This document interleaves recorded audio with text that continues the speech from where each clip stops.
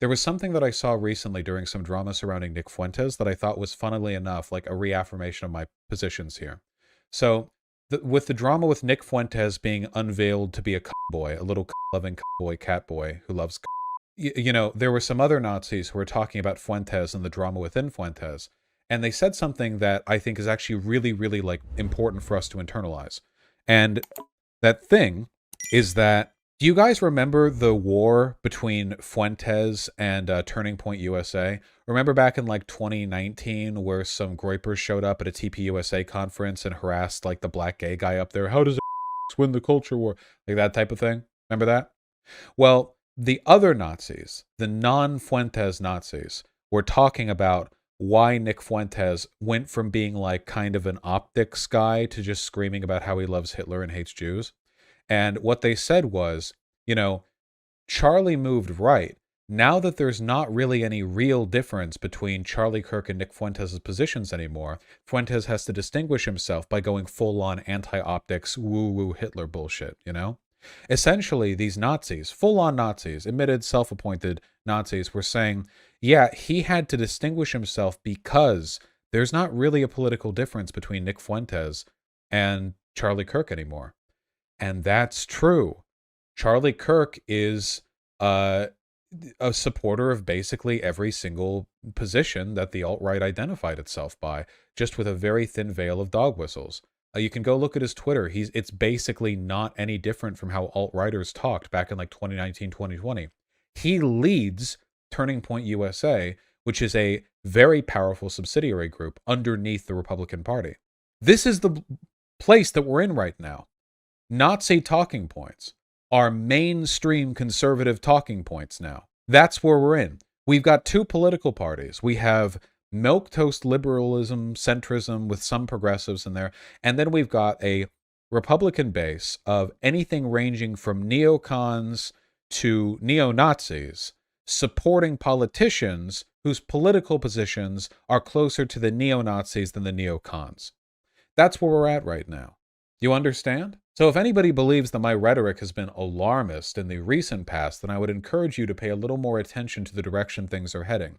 Unless you think it's normal for a political party to, over the course of perhaps 6 years, go from being reminiscent of George Bush-era neoconservatism to full-tilt, white genocide, great replacement, proto-genocidal rhetoric. If you think that's normal, could they just like chill for 2 minutes? Well, no, of course not. You know, the goal of behavior like this is to ramp up stochastic terrorism. It's called death of the euphemism, Vaush. I'm familiar, yeah. Republicans have never really rebuked Nazis all that harshly, Vaush. That's true, they haven't. But it's important to understand the path to power that the far-right elements of the Republican Party have always sought out. People like, oh, who's that Klan guy? Duke something, Lee something. What am I thinking? How am I blanking on this name? David Duke. David Duke. Thank you. You know, he has been in the past quite prominent in the Republican Party. Even as not a fully endorsed member, he's still got plenty of votes for his, what was it, gubernatorial run? Far too many. But it's important to understand political power is like, it's like electricity. It moves through the path of least resistance.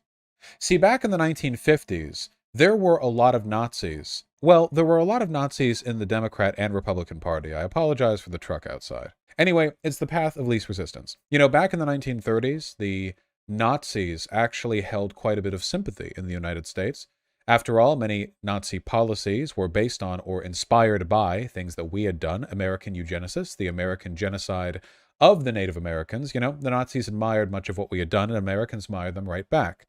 And there were American Nazi rallies that tried to tie Nazi Aryan ideology to the founding of America, to George Washington, not so much to Abraham Lincoln, for reasons you can probably imagine, given their ideology. They weren't as fond of that man back in those days. But whatever the case may be, they, they enjoyed a decent amount of support here, and then, of course, the war started. And when the war started, Nazi invaded American allies. It became, very politically inadvisable to be an open Nazi. So covert Nazis, they remained. And at first they were split between Dems and Republicans and different ways, because back then Dems and Republicans hadn't completed their party switch, and there was like the Southern Democrats that hadn't moved over because of the Southern strategy, and but it was more complicated back then. But we'll just say these crypto Nazis. I ask you, how do they push for the policies they care for? Well, back in those days, you could be a politician and just call black people the N-word. You could openly advocate for keeping white and black people separately, keeping them separate, and not only be politically effective, that could be a popular position, an uncontroversial one in some areas even. In an environment like that, the Nazis in America, the people who either were Nazis or very sympathetic to Nazi ideology, they didn't have to work very hard to get their ideology pushed, you know? The segregationists back then could work through mainstream channels. Today they can't. Since the Hart-Celler Act, the meteoric increase of non-white people in America, and the shifting of political and progressive positions, we are now further and further from the Nazi dream than America ever has been. So the path of least resistance has changed. Before, electoralism was an effective mechanism for pushing racial segregationist ideology. Hell, until 1965, it was on the books in immigration law that you could discriminate against non-white people. Of course, they said it was, Asia, East and Southern Europe, Latin America, but everyone knew it was a race thing, and they treated it like a race thing. They didn't lie about it for the most part. It was pretty forthcomingly. The Chinese Exclusion Act, right, tell me it's not a race thing, of course. In an environment like that, you can be far, far right and feel like you're progressing towards something within the system. But that's not really open and available these days. With America as it is right now, as long as our democracy functions, these laws will not pass. The Republican agendas will not pass. This white supremacist, white nationalist banning of this immigration, this, that, or the other.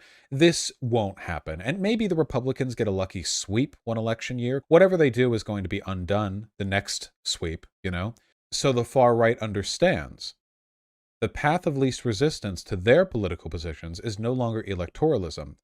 It's direct action. Or a combination of both. The subversion of democracy after a few lucky wins and a whole bunch of gerrymandering could allow them to cement power in a way that they couldn't maintain simply through consistent elections. That's the difference here. See, Nazis haven't grown more common. They're not more prominent than they used to be. The alt-right isn't some new thing.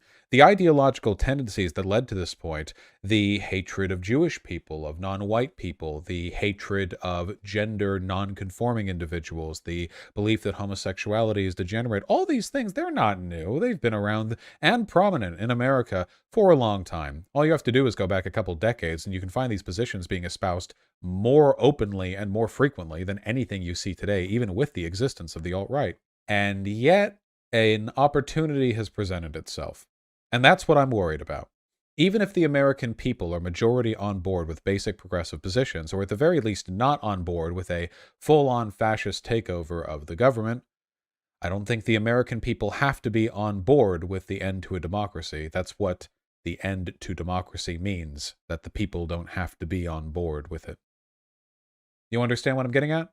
I don't want you all to think of what's happening right now as a resurgence of some old ideology or even the creation of a new one. It's the same ideology, which has taken different forms over the past century, finding now a path of least resistance, which before wasn't open to it. A weakened democratic institution and a party base radicalized to accept the results of a anti-democratic takeover. Sorry, I understand that I'm rambling. You must understand that I'm operating off 2 hours of sleep.